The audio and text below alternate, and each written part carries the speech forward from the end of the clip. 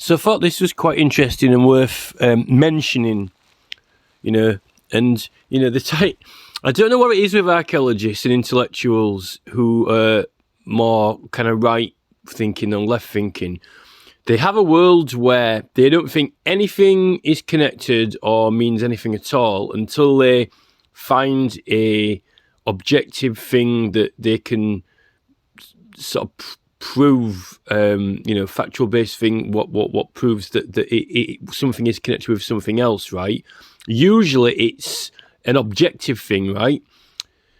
So nothing means anything and nothing's connected to anything unless they find an objective piece of evidence that links it, right?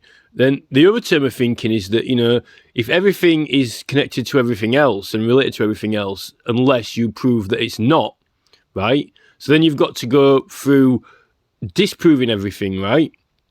Those are the two different ways of thinking.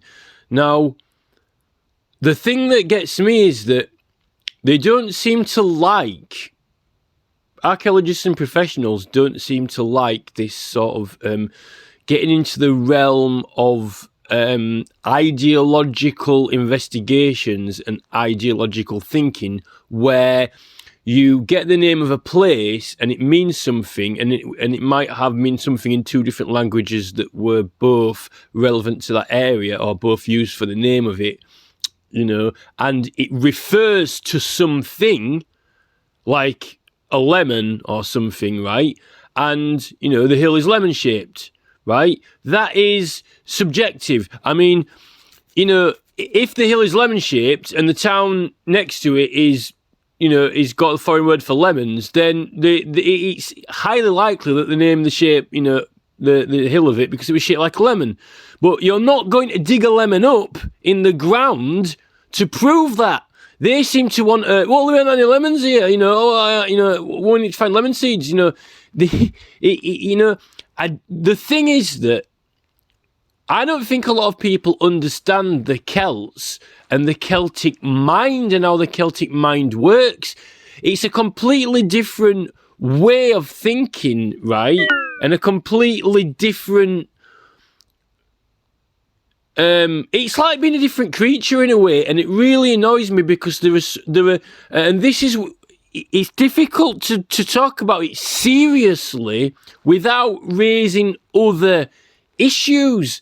Like, when you get into, people from different cultures and different parts of the world, whether it's Aboriginals, whether it's North American Indians, whether it's South American Indians, whether it's, Russians, whether it's Chinese, because, there's a lot of arguments going on now with the government and with like Priti Patel and people like that. Sorry, you can't use discrimination, you can't say this or that. If someone's got a bit of paper from the government that says they're a professor and they've done this and that, then they are academically more intelligent than you. And you are stupid and things you say are not accepted because they've got a bit of paper. Is that not discrimination against someone's intellect, we're not, it's, and you're not allowed to say, well, this art is from, Australia or something, and maybe we can't understand it because when Australians and maybe to the Australian, Aboriginals, it makes perfect sense. And when they're talking about spirits and stuff like that, maybe it's correct. Maybe it's accurate, correct, and true, but we just don't understand it because we don't really understand their language properly and the way they're talking about it. Do you know what I mean? And this is what gets me now when you've got all these, when you're saying, they used to think the world was flat and all this and that, and then they used, the Greeks were the first people to invent, the pi and do all these, trigonometry and all this stuff. Yet Howard Crowhurst is proving that other peoples knew all about sacred geometry to a high degree and level, and even to a capacity to work out longitude and latitude from, all the way to France up to the top of, Scotland and the islands, So there's a lot of, people, you can say something, but if you're not, if it's been published in a book, then they sort of believe it. But, if you're just someone, unless you've got some sort of credentials, and that's all to do with their framework, their schools, their way of learning things, their academics, their qualifications. How happy do you feel on a scale of 1 to 10? 5, 6, 3, I tick a few boxes and now I'm a psychologist, whereas there are certain objects and items and ways of looking at why people named certain places certain things and what may have been active in that area and related to it symbolically and ideologically why things got named and references to certain things. And there's a lot of people and professionals now who just kind of either laugh at you or knock it off to the side or don't think there's a connection there or want, unless you dig something up in the earth, you know what I mean. But even then, it could have been put there by someone else at a certain time, and the earth on it could have been contaminated. It might not have been deposited at that time. It might have been deposited at another time, and then the samples of earth on it might have been put in with it. Do you know what I mean? There are all these. It goes down to fingerprints at the end of the day. If you're fingerprinting something. How do you know that fingerprints weren't planted? It gets to a level where you can zoom in and zoom in and zoom in and zoom in to the factual matter of factness so much till you get to a stage where they are with the with the physics and science. When the top scientists are trying to work out the laws of the universe and they get down to leptons and smaller and smaller, and then they still can't solve it. And as it turns out, you can't even measure what nothing is when you've got something, because if you've got an instrument there's an instrument there. As long as you've got an instrument that's measuring something, you can't measure nothing, because the instrument is something and it exists. And to be able to truly understand and know what nothing was, you won't be able to have a measurement, an instrument there was trying to measure it, because you've got something. Do you know what I mean? It's kind of like that in a way. Do you know what I mean? And even now, I've been talking for 6 minutes 57 seconds, and I've even gone off the subject to have to kind of explain the kind of sort of justify line of inquiry anyway. But try to get back onto the subject, what I wanted to talk about. So I just wanted to basically say that I thought this was relevant, and you end up having to do massive talk about other stuff. Right, so Dunelm, right? So this Jeffrey guy, he named this place as Dunelm, right? Now there's a place next to it called Helm, and we know they used to drop the letters a lot. So it's Dunhelm, and we know also the word Duns comes from Dun, because it's Duns. And also, it's in the Germanic language, you've got ounce as well, which is a certain weight of something, right? Now, we know the word dunce, we relate to dunce in school, and having learning difficulties and being made to sit in the corner if you're not behaving, and they've got the pointy hat, which it literally is like the Liberty Cap hat, like the top of the Irish ramp towers, when there was a renaissance in the 1700s, when a lot of liberals built those ramp towers on their land. So, John William Ramsden was a liberal in the Huddersfield area who actually had Castle Hill fort, and Richard Beaumont, he built that Liberty Cap style copy of an Irish ramp tower, that Folly, up at Grange Moor, right? And I know from a video on the Clogteach towers on YouTube, this guy does a very good long presentation on them, that there was a pamphlet going around in the 1700s that gave design and specifications of them. So and I also know the people in other groups that have reported that they know private owned lands that have got those follies built on them of the copy of the top of the Irish ramp towers. And we know there were a lot of liberal MPs and people like that,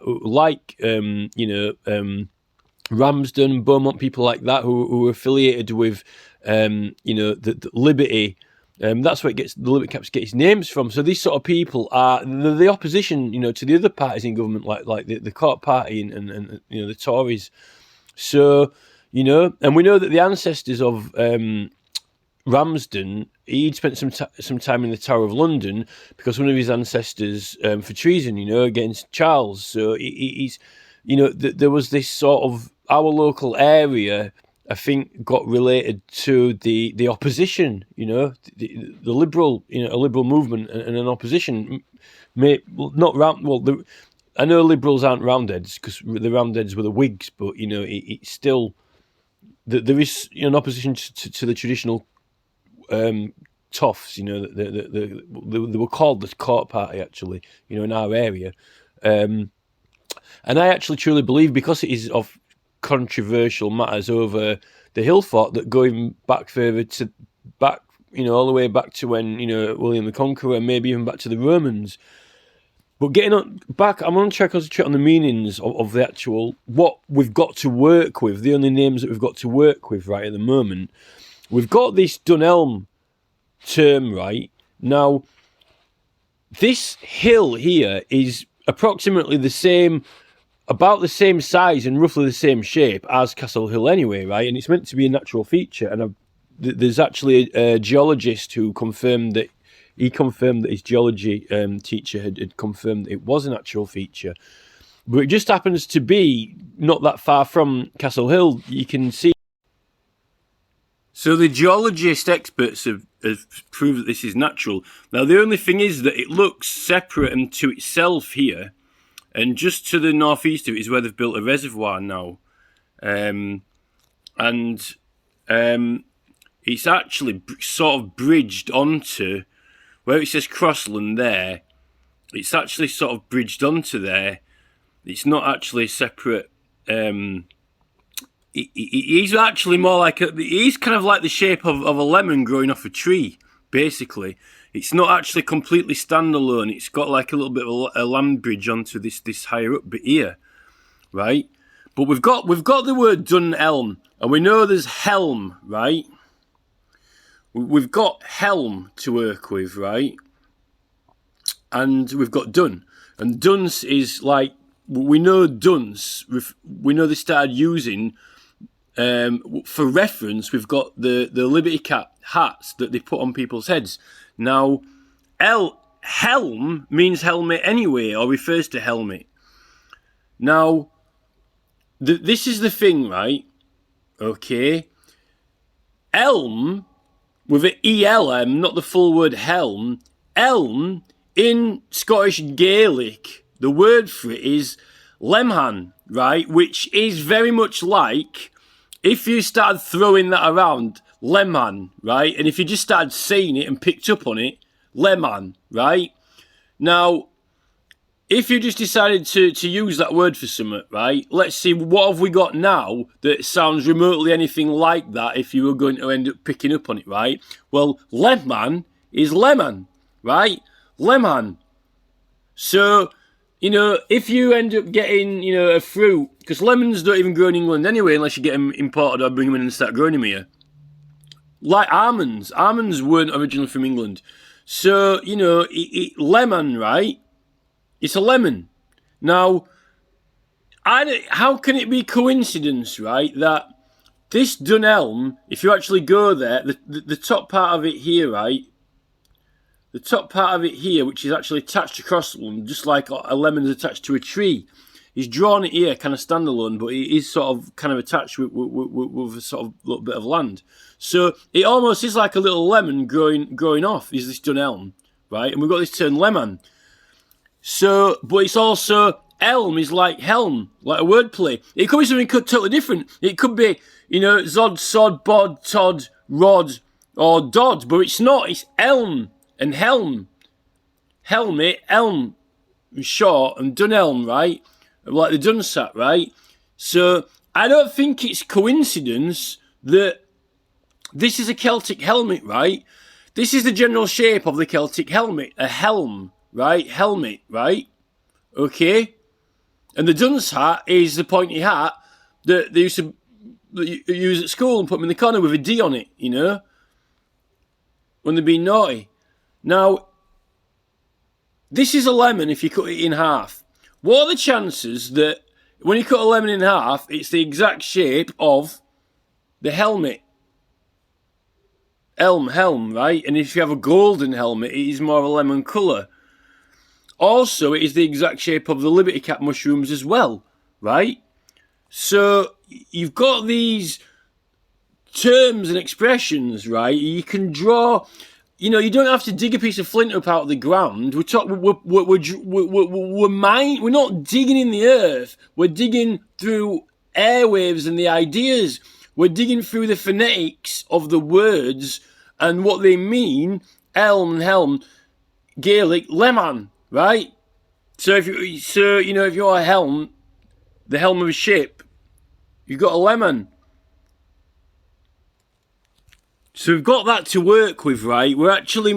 We're digging through the meanings and connections between words and terms referring to objects, symbols, and shapes that have a meaning or might have a connection. And also with each other. Now, another thing is, right, this is another strange thing. The lemon shape, right, is like an oval until you cut it into two halves, right? Now, Castle Hill, the hill fort, right, which the Romans called it Cambodinum, right, which means the bend in the river. And there is actually a bend in the river at Huddersfield anyway. Where Huddersfield is itself is where the river bends anyway. So it means a fort by a bend in the river. And if you know anything about the Huddersfield area, there's one thing that stands out in the whole entire landscape of the area, which is that hill fort. And there's a bend in the river next to it. So when people start talking about, Roman camps up Slack or whatever, it's a complete diversion, They might not have been referring to their own hill fort. They just might have named it that because it's a reference thing for that area. Now, it was meant to have been after 1066 when the hill fort got separated into pieces. Supposedly, the excavator Varley is saying that it was William the Conqueror who they got licensed to fortify and carved it up and made a fortification out of it at a late stage. And that is very strange and unusual. That it's like, it's like when you cut lemons up in half, because that's what the general shape of the hill fort is. It's not a round hill fort or a square hill fort. It is that sort of shape, And actually, the front of the hill fort now is that shape anyway.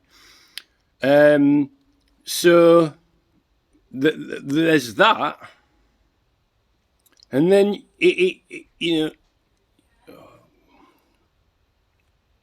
So it's the same shape of the lemon is actually the same shape of the Liberty Cap as well. And the other thing is that this is where they grow, because they grow in large numbers and quantities in these clumps that you get all around that area and not actually all over the entire Pennines. But the thing is that this Dunelm place here, the Dunelm you can see that he's even drawn the little clumps on the grass there. It's actually surrounded in the type of land that grows on, in a ring around it in a circle, right? All the way around it, and literally the entire moorland. But this area around this Dunelm Hill and next to it is actually the perfect area where it grows. And in fact, down this side here, the top left-hand side, when you look at it from being on the top of this Dunelm, or Cop Hill, what you want to call it, it actually is. It's almost as if, it couldn't be more perfect. It's like literally having a little cultivation place in your own garden. Now, we know there's no current evidence of occupation on there or living on there, but that's not to say that people didn't actually, have encampments on it or smaller buildings on it. That may have been true, but the unfortunate thing is there has been a lot of tampering with this little area, with them building the reservoir. When they built the reservoir, somebody was messing around and moving earth around. So it's been tampered with, and then some people are saying they topped it up with some of the earth on it, and then other people are saying that there's a bit of it what's being carved out a bit. There has been some strange tampering going on, so it's highly suspicious and dubious. Now, as for the actual hill fort itself, the term Armonbury. So the term Armonbury. So the nearest village to the actual hill fort, Castle Hill, this name Cambodia must be for it, because Huddersfield, the town of Huddersfield is a bend in the river, the actual town of Huddersfield itself, and it's the fort by the town in the river, and it's a hill fort, so there's no doubt about it. Now, Fernley Tyres, right? Fernley Tyres, that's one village here, The other village is Armonbury. Now, the thing is, almonds are not native to England anyway. They've been brought in either by the Romans or at some point, whoever brought almonds to England. They're not actually native to England. So the village Armonbury, but the shape of the almond is like the shape of Castle Hill. And the shape of the almond is also actually like the shape of the lemon anyway, right? And also, like, this is an almond shape as well. Do you know what I mean? For one side of it. So, it could be any shape. It could be a banana. It could be an apple, but it's not. It's that shape. Now, the thing with Armonbury is when you look at the meaning of the word almond and where does the meaning of the word almond come from, it's from what the physicians, the Roman Greeks, the Mediterranean physicians had for amygdala. The amygdala is a part of your anatomy inside your brain, in the middle of your brain, right? That's where almond comes from, amygdala. They called it that because they use that term because the shape of that part of the brain is like an almond shape. So they actually used the shape of something completely different that wasn't anything to do with the brain. It was just an almond and it happened to be the shape of the brain. And they used that name, almond, and they use that to call something in the brain, this thing now will be named that because it has a similar shape to something else, right? This is the whole, and it's now an official term. So this is how they use names and pass them on to things and label things with names because it just happens to be a bit like something else. And that's supporting evidence. It's no less evidence than, when you're digging in the earth and finding flints and things to prove that these people were here or did that. Why? You want, factual, objective evidence. When you're looking into names and meanings and places, we're not looking for objective evidence. We're looking for subjective evidence, So, that's the difference. So, and it just happens to be that, we know the liberty caps have effects in the brain and on certain parts of the brain because the empirical evidence for that is given by the Royal Imperial College because they're studying it now. It works it's related to the serotonin pathways and it's very similar to our own neurotransmitter. In fact, near identical, except with slight changes on it that make the duration of it last longer and the strength of it stronger, right? And that, in the middle of almost you could say, it's like being in like the centre of a brain, it's the centre of a lemon, because you've got the pips in the lemon. And also the pips in the lemon are not unlike the almond shape anyway. So, and then when you look at the helmet, it's the same shape, and your head sits inside the helmet. So you've got these connections, with Elm and helm, and then Duns with the Dun's hat, and then the almond in Armonbury, and then you've got the two sites. You see, you've got the Camberdown, you've got the actual hill fort, which is that shape, not far from the Dunelm hill, which is essentially the same size and shape, which has come off the moors, And in fact, the Dunelm has a little extra kind of land bridge bit that it actually is kind of like a lemon hanging off a tree. So, and it's like two objects, and you get two objects when you cut the lemon in half anyway. And it's funny that Castle Hill ended up being separated into separate parts, not unlike the lemon, So, Dunelm, lemon. So, those are. This is the bit that the guy put, this mallet Emblem guy put. According to A.L.V. Riviere and Colin Smith in my ancient place names of Roman Britain, Cambodunum means fort on the bend of the river, So there's the bend of the river and there's a hill fort there, So it might not, if the Romans just refer it to fort on the bend of the river, right? Literally that, I think it refers to the whole Huddersfield area. Really, it's like, because, if you want to refer to this general Huddersfield area, it's the area with the fort on the bend of the river. Slack is the same area. It doesn't have to be specifically or it has to be this place here at Slack. But then they said, no, it might be this other place here at Elland, or there might be Brighouse. Well, Brighouse is the Brigantes, the house of the Brigantes, isn't it? The name that they gave the Brigantes tribe was based on the Roman god Bridget, Brigantes. So the Germanic usage for bridge is also means a pier, to go out on a pier or a walkway, and also it means a mast.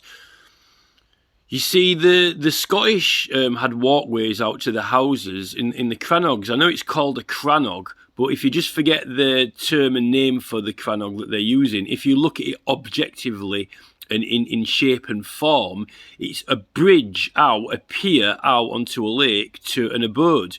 And that is actually very similar to, a lemon growing off a tree, and also very similar to the dun elm. Because not drawn on this map, but it's actually got a little bridge bit that goes out, which is a little bit like going out onto the lake, at the Crannogs. And also, you've got the, Drogheda, the bridge over the ford, which is in Ireland, not that far from Newgrange, the town, means, to cross the river over the ford.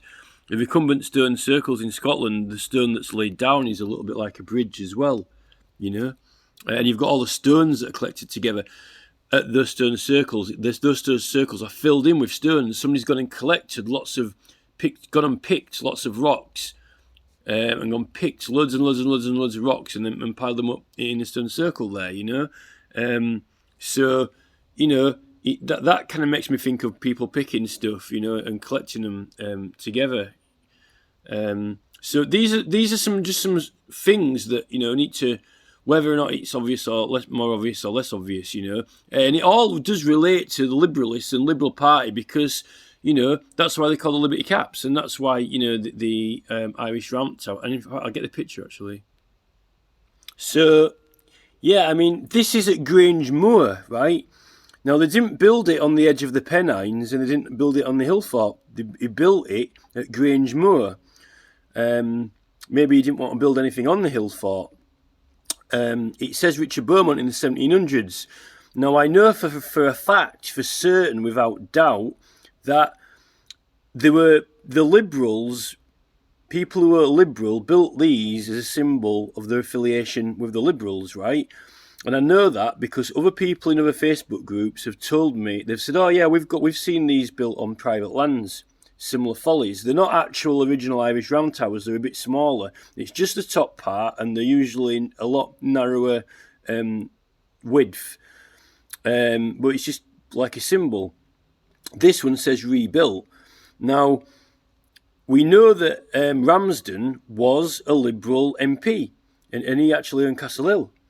And this must have had something to do with sparking off and wanting to end up building the Jubilee Tower on that hill fort, which I've done a whole series of talks about that, which is separate. But this nearly got bombed in the war by accident. Well, we don't know what happened. Mysteriously, a bomb fell near it, but it didn't actually hit it. So, there's mysterious happenings for you. Now, I know for a fact that in the 1700s there was a pamphlet going around with the design and specifications of those Irish round towers, because if you go onto YouTube, there's a very, very good presentation talk about Clogteach Irish round towers that a guy gives, and he tells you about the pamphlet in the books. He tells you, oh yeah, there were these designs, books going around about them. And that's what must have been what inspired them to build these in the 1700s. It seems obvious to me, and people would have built them who were liberals because they had the Liberal Party, and that's why it's called Liberty Caps, and that's what it symbolises your affiliation. And our area is that there is, if you look at the biodiversity maps, it's plentiful of these growing in the area, and we know that it's related to the religious things because that's why they sort of shaped the helms anyway, So, Armand and Armandbury, Amygdala, and then the Leman, it's sort of all tied in together, The only thing we don't talk about is in terms of religion, the Celts' religion. Now, the problem is, if it's any other country, there are entire forums and groups who are happy to openly talk about, ayahuasca, South American shamanism, Indians, Siberian shamans, with the Amanita muscaria, even in the African jungles, Iboga cultures, things like that. The only place where it seems, not polite or it seems taboo, unless you are purely an artist in an art group, and there are hundreds of thousands of art groups like Psychedelic Art is Everything, who have got like 200,000 members, and all they're doing all day is putting art of magic mushrooms on there the whole time, the whole way through. But as soon as you get onto archaeology or anthropology in this country, it seems taboo to even raise the subject or talk about it, even though it may be critically important to include that subject when you're studying the sites. It seems the only thing that we don't seem to be doing is talking seriously about our ancient religious past and these different sites, when it kind of seems maybe it's almost kind of comedy value, with the form and shape of it. But they're still, talking about the sites. They just don't want to go on to the subject. I don't know why that is. I'm not sure whether it's just so obvious to not talk about it. I don't know why that is. The Irish just seem to want to talk about burial sites. They don't want to talk about, they don't really want to go into the sacrament too much. Well, not at all. Never mind, wanting to go into it too much. Just not at all. I don't know why that is. You see, the reason, we have to get this straight, right? What was the reason the Romans came over? If you read the records, the whole, Gallic Wars, the reason is they wanted to wipe out the Druids and the Druid culture. Now, if you want to wipe out an entire religious order and anything it may or may not be doing, then you've done a really good job. If it ends up when nobody wants to talk about it or discuss it, particularly in the country, the target country, why does that seem to continue now, Yet we can talk about King Arthur, we can talk about Merlin, it's all fantasy, we can, it seems to me that, after the Romans came over, there was a little bit of a, resurgence of mystic and magic interests, and then kind of after 1066, it kind of put the nail in the coffin, and then, you got Christianity spreading. And now, even the Irish, who are meant to be, very, very passionate about their ancient sites and stuff, no one's.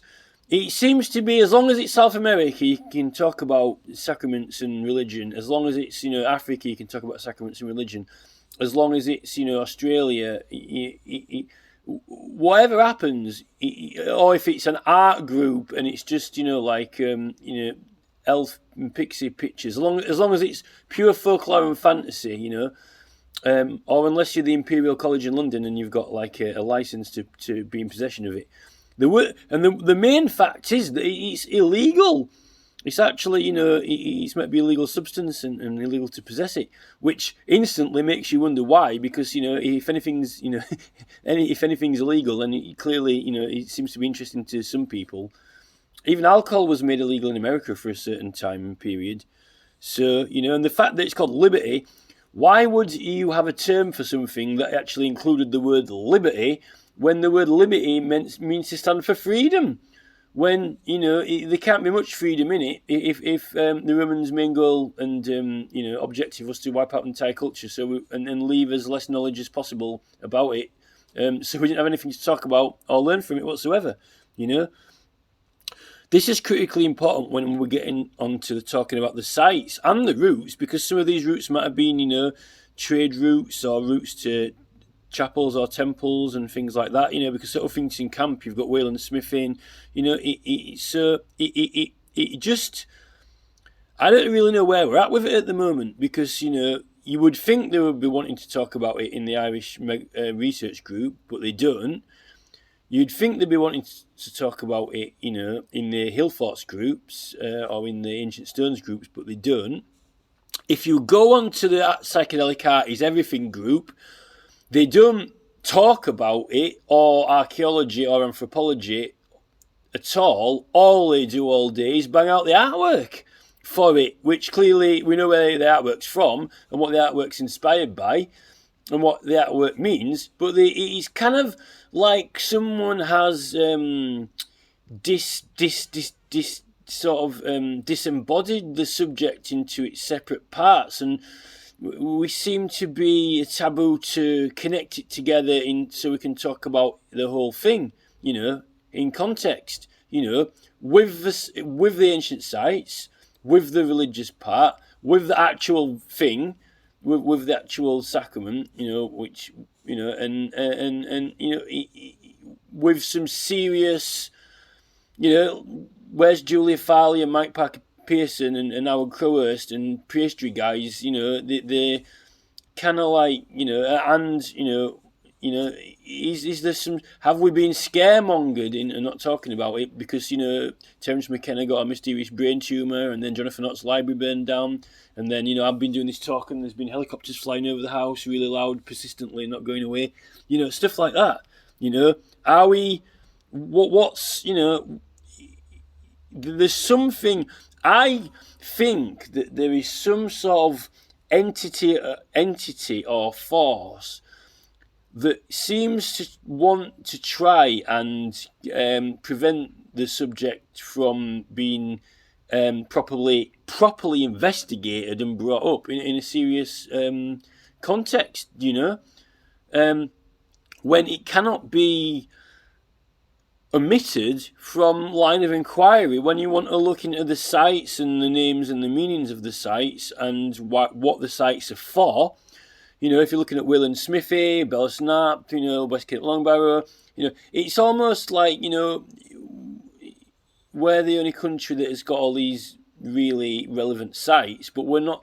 It's almost like, someone's kind of got a marker pen and scribbled a lot of stuff out and said, right, this is like off subject, can't talk about it, or don't want to. It don't make sense to me, I don't know why that is. But as soon as you're in South America, oh no, let's go to the jungle instead. It's almost as if that whole someone, pointing the finger at South America to try and distract us, and I don't know why that is. I really don't know why it is, if more people were interested in it, then I think that maybe, we might get more discussion on it, but as it goes, it only seems to be artists and illustrators like Alex Gray and people like that who seem to be knocking the art out still.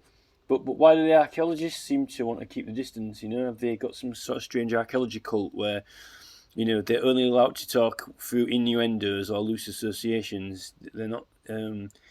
It's not cool or fashionable to just get to the point.